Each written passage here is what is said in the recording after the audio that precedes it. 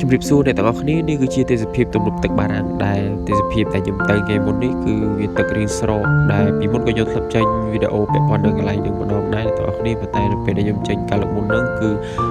ពេលដែលមានទឹកតែដោយសារជាស្ដែងខែហ្នឹងខ្ញុំទៅគឺអត់សូវមានទឹកទេហើយចំពោះទេសភាពវាក៏ស្អាតមួយបែបមួយយ៉ាងខុសពីកាលដែលមានទឹកច្រើនដូចជាពីមុនអីចឹងណាហើយអ្នកទាំងអស់គ្នាក៏អាចទៅលេងបានទីតាំងខេត្តហ្នឹងគឺវាមួយបែបមួយយ៉ាងម្នាក់ទេអ្នកទាំងអស់គ្នាគាត់ថាវាអត់សូវមានទឹកប៉ុន្តែទេសភាពអីគឺវារៀងស្អាតហើយស្ងប់ស្ងាត់អ្នកទាំងអស់គ្នាកាលដែលខ្ញុំទៅលេងថ្ងៃមុនគឺអត់មានមនុស្សអីទៅលេងដែរអ្នកទាំងអស់គ្នាចឹងទៅរៀងស្ងប់ស្ងាត់ហើយអ្នកដែលចូលចិត្តបរិយាកាសបែបឈៀលក៏អ្នកទាំងអស់គ្នាអាចទៅសាកម្ដងទៅនៅកន្លែងហ្នឹងគឺទេសភាពស្ងប់ស្ងាត់ល្អអាចយករឹងយកអីទៅចងឬក៏អាចទៅចាប់អីទៅញ៉ាំនៅហ្នឹងក៏អូខេដែរអ្នកទាំងអស់គ្នាហើយដូចឃើញទេសភាពអញ្ចឹងបើសិនជាអ្នកទាំងអស់គ្នាចង់ទៅក៏អាចឆែកមើលតាម map ទៅមាននៅក្នុង Google Map ទេនៅម្ដុំប្រាសាទយើងឯងអ្នកទាំងអស់គ្នា